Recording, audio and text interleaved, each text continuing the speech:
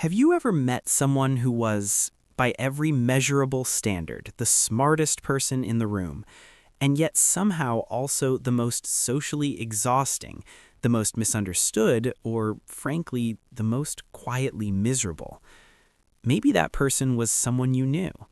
Maybe, if you're being honest with yourself, that person was you. And I think that's where this gets really interesting, because we've been sold this beautiful lie for decades, the idea that intelligence is the golden ticket, that if you're smart enough, everything else falls into place, the career, the relationships, the happiness. But the psychology of people with extremely high IQs tells a completely different story, and once you hear it, you won't be able to unsee it. Let's start with something that sounds almost offensive to say out loud. Being extremely intelligent can be a genuine burden, not in a dramatic, tragic genius kind of way. I'm not romanticizing anything here. I mean it in the most ordinary, lived-in, Tuesday afternoon sense of the word. Because here's the thing about a brain that processes information at an unusually high speed and depth. It doesn't come with an off switch.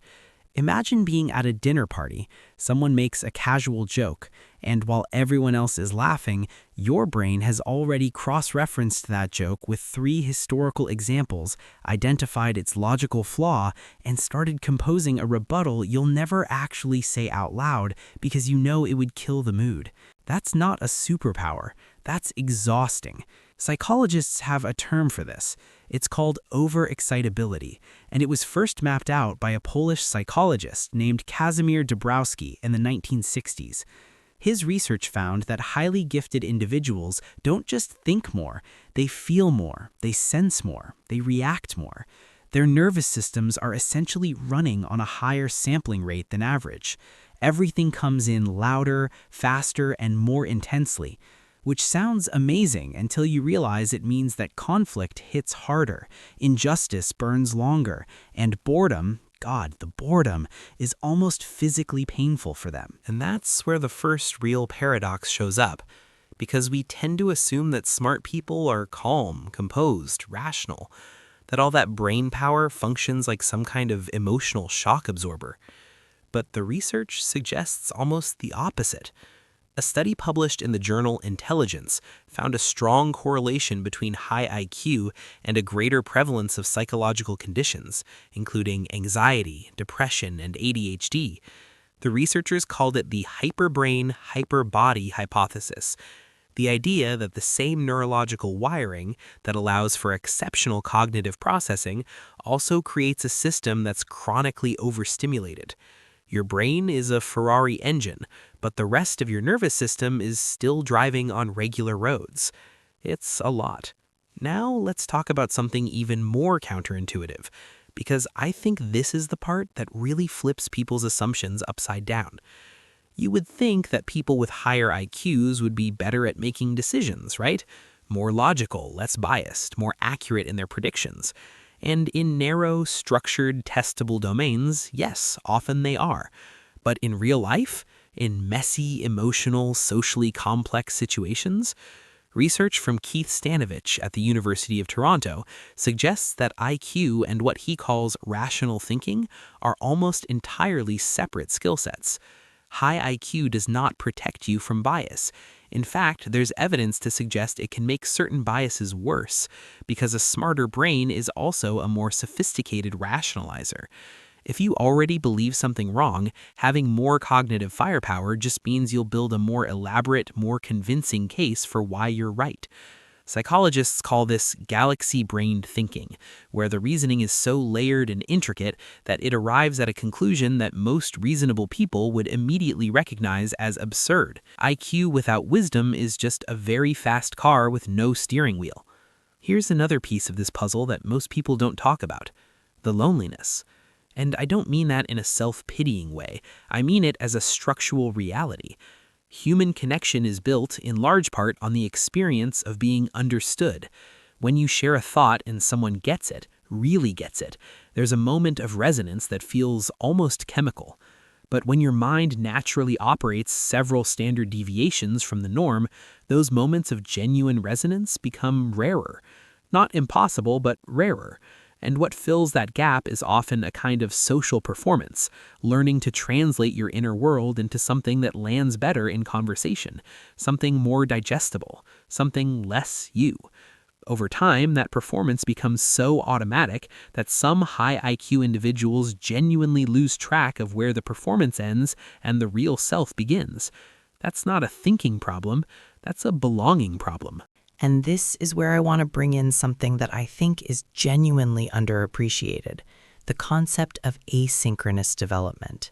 This is the idea, explored extensively by researchers like Linda Silverman, that in gifted individuals, cognitive development races ahead while emotional and social development follows at a more typical pace. So you might have a 12-year-old who thinks like a graduate student but feels like a 12-year-old, or an adult who can solve complex systems-level problems at work but completely falls apart in an argument with a partner because the emotional regulation skills simply never got the same investment as the intellectual ones. The brain grew fast, the rest of the person tried to keep up. The gap between those two things is where a lot of the suffering quietly lives. But here's what I really want you to sit with for a moment, because I think this is the reframe that changes everything. All of the things I've just described, the overexcitability, the loneliness, the relentless inner monologue, the way emotion and intellect don't always move in sync, none of these are defects. They're not bugs in the system. They're features of a particular kind of mind that the world doesn't always have a very good template for. And the people who tend to navigate high intelligence most gracefully aren't the ones who suppress it or perform around it.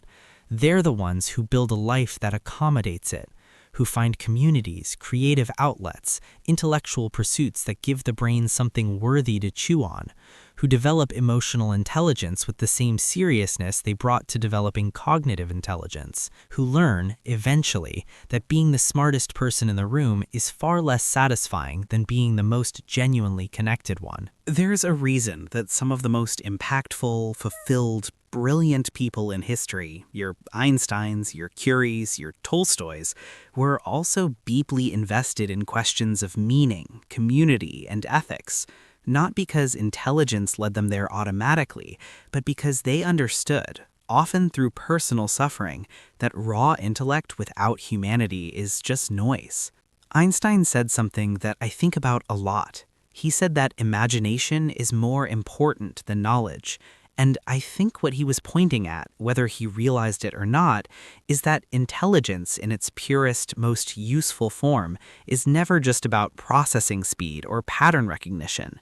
It's about the willingness to wonder, to sit with uncertainty, to stay curious about other people with the same ferocity you apply to abstract problems.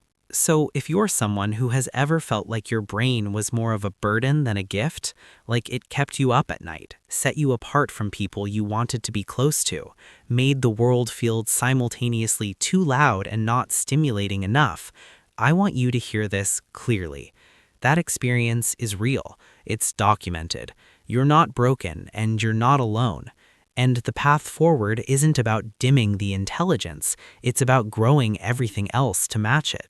That's the work, and it's actually the most interesting work there is.